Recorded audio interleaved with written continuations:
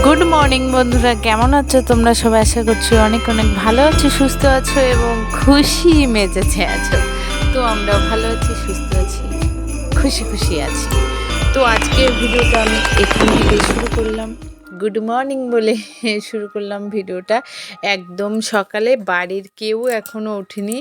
আর যেহেতু মানে ঠান্ডার সময় বুঝতেই পারছো, চেষ্টা করি আমরা রোজ দিনই থালা বাসনপত্র সব কিছুই আমি মেজে রাখা। আমি কিছু ধরো মাজলাম, আমার শাশুড়ি মা কিছু মাজলো, এভাবে আর কি সব কিছু ধুয়ে পরিষ্কার করে রাখা হয় বেশিরভাগ দিনই। কারণ কি বলো তো বন্ধুরা, শীতের সময় তো সকালবেলা কিন্তু এই কাজটা করতে মনে হয় কি বেশি কষ্ট। যাই হোক, তো আমি উঠে ব্রাশ ট্রাশ করে নিয়ে ফ্রেশ হয়ে গেলাম। এবার বসিয়েছি জল গরম, কারণ রোজ দিন সকালবেলা গরম জল খাওয়ার অভ্যাস তো আছে। গ্রিন টি অনেক দিন হয়েছে খাচ্ছি না, শুধু গরম জলটাই খাচ্ছি। তো কেউ যেহেতু ওঠেনি, আমার জন্যই আমি বসালাম। তো একটু আগে গরম জলটা খেয়ে তারপরে কাজবাজ শুরু করে দেব। তো চলো দেখতে থাকো, সাথে থাকো। আমি ঢক ঢক করে এক গ্লাস শেষ করে দিলাম। তারপরে ভাবলাম কি আর গ্লাস খেয়ে নিই, কারণ সকালবেলাটা দিনটা মানে শুরু করার জন্য জল খাওয়াটা ভীষণই প্রয়োজন। আর জল যদি বেশি পরিমাণে খাও, দেখবা সারা দিনটা অনেক ভালো ফ্রেশ লাগে, কোনো গ্যাসের সমস্যা হয় না, কোনো কিছুই সমস্যা হয় না। যাই হোক, এটা ভীষণই ভালো অভ্যাস, যার যার আছে আমাকে কমেন্ট করে জানিও। তো এখানে কিন্তু আমি রান্না বান্না শুরু করে দিয়েছি, কাঠের উনুনে বসিয়ে দিলাম ভাত। তো যারা গ্রামে থাকো অবশ্যই জানো যে কাঠের যে রান্নার স্বাদ তা কখনোই কোনো কিছুতে হয় না। আর দেখো, আমি কাঠ দিয়ে উনুনটা ধরিয়ে দিলাম, ওটা কিন্তু আর একটা কাঠ দিয়ে দেবো, ভাতটা অটোমেটিক হতে থাকবে। ওদিকে আমার সবজি বানানো, ঘর বাড়ি গুছানো, আমি কিন্তু এইভাবেই করি। বিছনা তোলা মানে ভাত তো হতে থাকলো, ঠিক আছে, গ্যাসের মতোই, সমস্যা হয় না। তো দেখো, আমি ভাত বসিয়ে দিয়ে সব কিছু কেটে কুটে নিয়েছি। মাছ ছিল ফ্রিজে, সেটাও বের করে নিয়েছি। কারণ হলো আমার বললাম না যে আজকে আমি সবার আগে উঠেছি, আমাদের বাড়িতে কেউ ওঠেনি, ঠিক আছে। যাই হোক, তো এখানে রান্নাবান্না প্রায় শেষের পথে।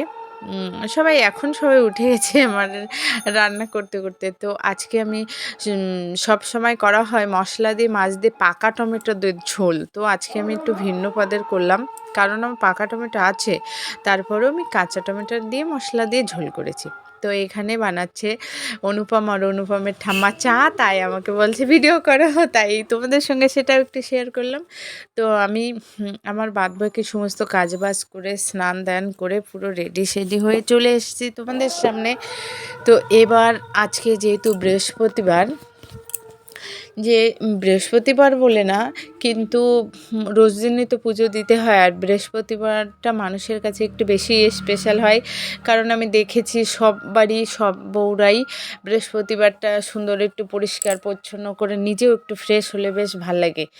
দেখবা একটু শাড়ি ঠাড়ি পরতে পারলে আরও বেশি ভালো লাগে। তো এখানে আমিও পুরো সব থালা বাসন মেজে টেজে পরিষ্কার করে একদম সুন্দর করে পুজোটা দিয়ে নিলাম, মনটা পুরো ফ্রেশ হয়ে গেছে। তো তোমরা কে কে বৃহস্পতিবারটাকে এত ভালোবেসে মানো, সেটা অবশ্যই আমাকে শেয়ার করো। তো দেখতে থাকো, সাথে থাকো। ওই দেখো আমার গোপু সোনা বসে আছে, কত যে সুন্দর লাগছে সেটা বলার মানে ভাষা নেই, এত সুন্দর লাগছে।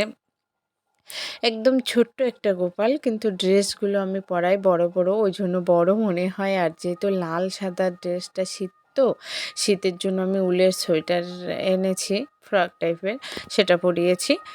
তো দেখতে থাকো, সাথে থাকো, আর চ্যানেলটাকে সাবস্ক্রাইব করে দিয়ে পাশে থেকে যেও বন্ধু হয়ে।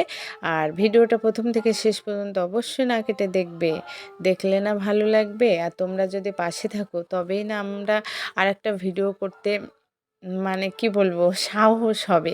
যাই হোক, তো আমার নানান কারণে, অনেক কিছু কারণের জন্য আমি কিন্তু এতদিন ভিডিও কন্টিনিউ দিতে পারিনি।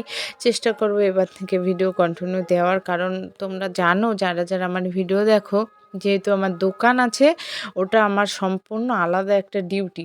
পুরো একটা ছেলে যেমন চাকরি করতে যায়, সকালবেলা খেয়ে দিয়ে চলে যায়, মানে বাড়ির অন্য কাজ হোক বা না হোক, ওটা আমার পুরো ফুল পরিমাণে ডিউটিটা আমাকেই দিতে হয়।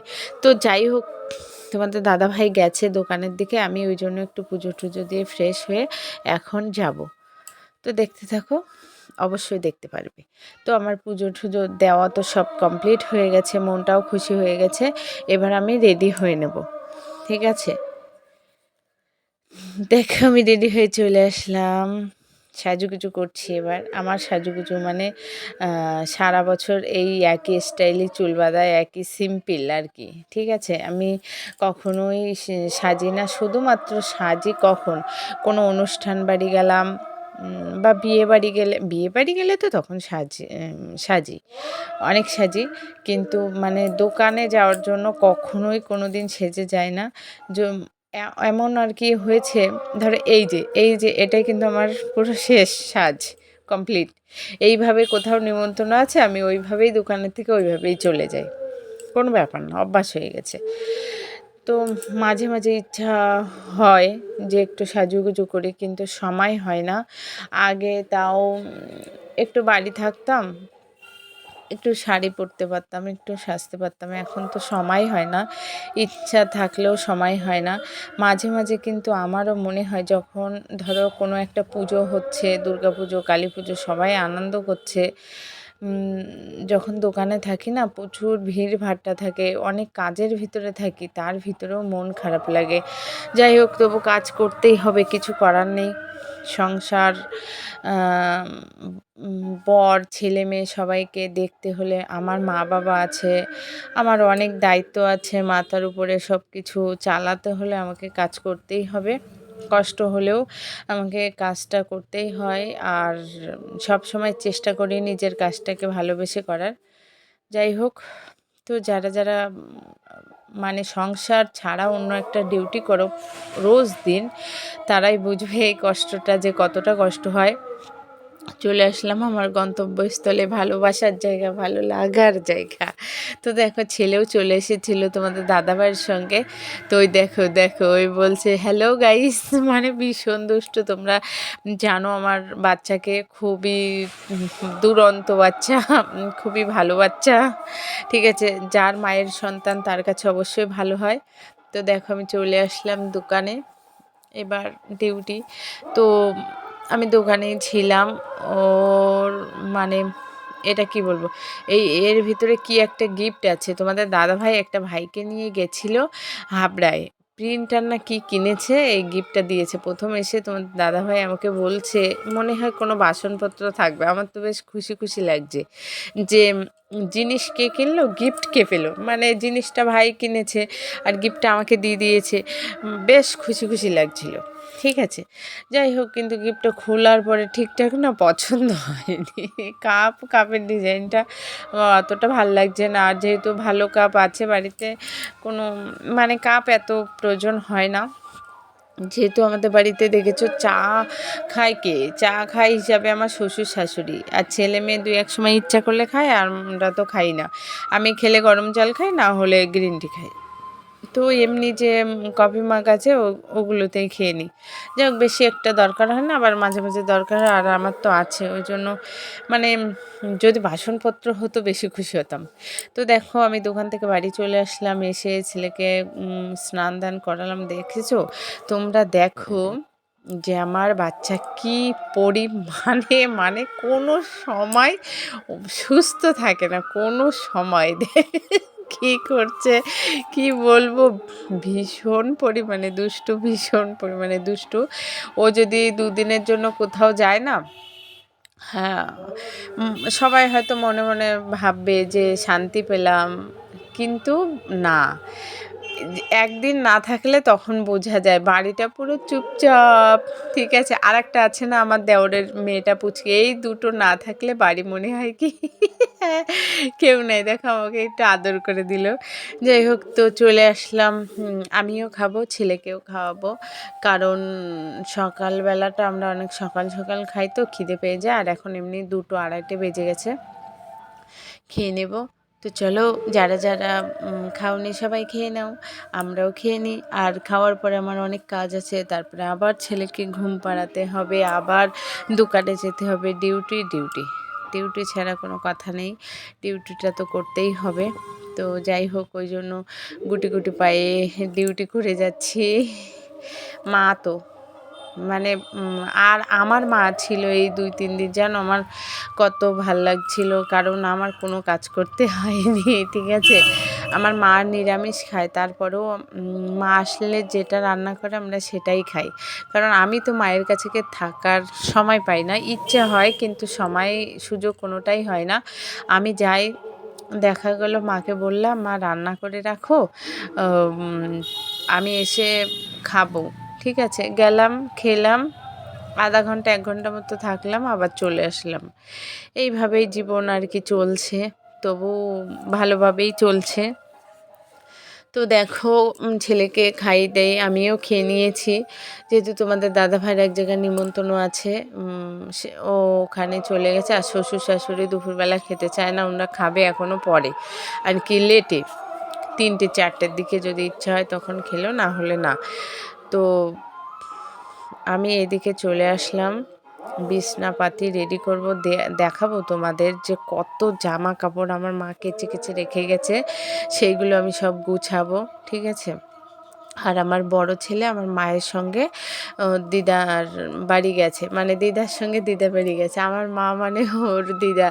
আর যেহেতু আর 2-4 দিন আছে তোমার ছুটি, ওই জন্য আমি আর না করিনি। আমি যাক, পড়া শুরু হয়ে যাবে, তা স্কুল শুরু হয়ে যাবে 2 তারিখই, স্কুলের থেকে বই দেবে, ড্রেস দিয়েছে, আর বই দেবে, স্কুল শুরু হবে। ওই জন্য আমি থাক 2 দিন ঘুরে আসুক, তারপরে আবার ওর বাবা গিয়ে নিয়ে আসবে, ওই জন্য পাঠিয়েছি। আর যেহেতু এবার 8-এ উঠেছে, এবার কিন্তু আর মানে দিন যাচ্ছে, দিন কঠিন হয়ে যাচ্ছে, কারণ আমি বাড়ি থাকি না, তো বুঝতেই পারছো বাচ্চাদের একটু সমস্যাই হচ্ছে, ওই জন্য আছি আমি খুব টেনশানে। যাই হোক, তবু এইভাবে চলতে হবে, ওদের জন্যই আমার কাজ করা, কাজ না করলেও সংসার চালানোটা খুব চাপ। কারণ আপাতত তোমাদের দাদাভাই আপাতত কোনো কাজ করছে না, 6 মাস মতো ওর কাজটা ছেড়ে দিয়েছে, কারণ কাজটা ট্রান্সফার করে দিয়েছিল অনেকটা দূরে, তো ওখানে যাওয়া সম্ভব না। তো দেখো বন্ধুরা, যাই হোক ভালো আছি, ওসব অত মানে ভারী ভারী কথা নাই বা বললাম। তো দেখো আমি এখানে চলে আসলাম জামা কাপড় ভাঁজ করতে। দেখো কি অবস্থা, দেখেছো? খাটে বিছনা চাদরটা প্রথম পাতিয়ে নিলাম, পাতিয়ে সেই জামা কাপড়গুলো সব বিছনার উপরে এখন সব ভাঁজ করবো। এই দেখো কতক্ষণ, আমার প্রায় 1 থেকে 1.5 ঘন্টা লেগেছে ঘরটাকে পুরো গোছাতে। আমার তো ছোট্ট রুমটা বেশি বড় না, ওই জন্য 4 জন মানুষের জামা কাপড়, এই সাইডে শোকেস, খাট, ঠাকুরঘর, মোটামুটি খুব চাপ। তো তারপরে আমি ছেলেকে ঘুম পাড়িয়ে চলে গেছিলাম দোকানে, দোকান থেকে আবার রাত্রে বাড়ি চলে আসলাম। এসে দেখি শাশুড়ি মা রান্না বান্না করে রেডি সেডি করে রেখেছে। বলেছিলাম রুটি করতে, তো ভাত রান্না করছে, ওই দেখো কাঠে রান্না করেছে। তারপরে রাত্রে আমরা যখন খাচ্ছি, আমার যা বানিয়েছিল পিঠে, তো সেটা দিল। তা বেশ, না কষ্ট করে খেতে পারলে কার না ভালো লাগে, তাই না? তো আমাদের ভালো লাগছে, তাই আমি একটু শেয়ার করছি। আর দেখো আমার ছেলে একটু টেস্ট নিচ্ছে, আমি তুই যে এরকম করে খাচ্ছিস, আমরা খাবো না, বলছে আগে আমি খেয়ে নিই, তারপর বেঁচে থাকলে তোমরা খেও। তো আমি ঠান্ডাটা খেলে আমার গলা বুক জ্বালা করে, তো আমি গরম গরম আছে। তো ভাত টাত খাওয়া হয়ে গেছে, এখন ঘুমাতে যাব, তার জন্য একটু নিয়ে আসলাম বাটিতে খাবো। আরে দেখো ইঞ্জেকশন দেখাচ্ছে আমাকে, সুচ ফুটাবে, ওই দেখো ওই দেখো পায়ে দিচ্ছে, আবার বলছে দেখো বন্ধুরা আমি আমার মাকে ইঞ্জেকশন দিচ্ছি, ঠিক আছে। এত পরিমাণে দুষ্টু দেখবা কোনো সময়। আর সব সময় আমি যতক্ষণ থাকবো আমার সঙ্গেই থাকে, দোকানে গেলেও আমার পিছন পিছন থাকে। আর কোনো সময় দেখবো আমার ছেলে সুস্থ মস্তিষ্কে থাকে না। আমার ছেলেকে কখনোই দেখবা না তোমরা যে ভদ্র সোনা বাবা হয়ে পুরো আমার পাশে বসে আছে, সেটা কখনোই থাকবে না।